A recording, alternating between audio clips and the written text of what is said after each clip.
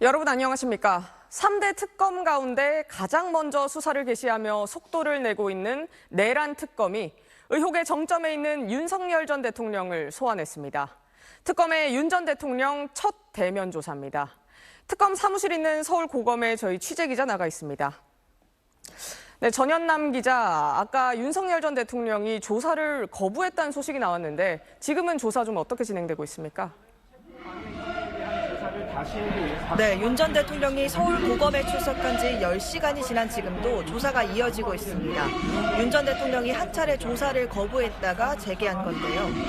앞서 오늘 오전 9시 55분 고검 현관에 도착한 윤 전 대통령은 취재진 질문에 대답하지 않았습니다. 조석 특검을 8년 만에 피의자 신분으로 만나셨는데 어떻게 보시나요? 이번에도 진실공방관 행사하신 건가요? 오전 10시 14분 박창환 총경 등 특검 파견경찰 수사팀은 체포 방해 혐의 조사를 시작했습니다. 그런데 오전 조사 뒤 윤 전 대통령 변호인단이 불법 체포 혐의 피고발인인 박 총경의 자격을 문제 삼으면서 조사를 거부하기 시작했습니다.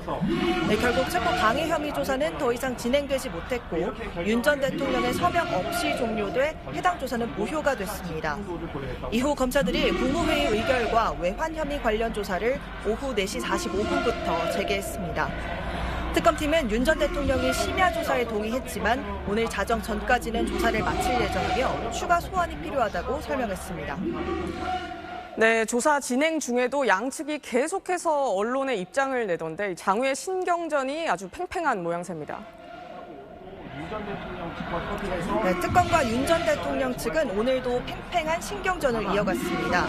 윤 전 대통령의 변호인단은 기자단의 입장문을 수시로 배포하며 특검의 공개 소환은 정치 수사이며 원칙적으로 검사가 신문을 해야 한다고 박 총경 수사를 거부했습니다. 내란 특검팀은 이에 맞서 이미 검토했고 문제가 없다며 윤 전 대통령이 조사실에 들어오지 않는 것은 출석 거부로 볼 수 있다고 경고했습니다. 또 허위 사실로 인한 변호인단의 수사 방해는 선을 넘는 행위라며 처벌을 검토하겠다고 밝혔습니다.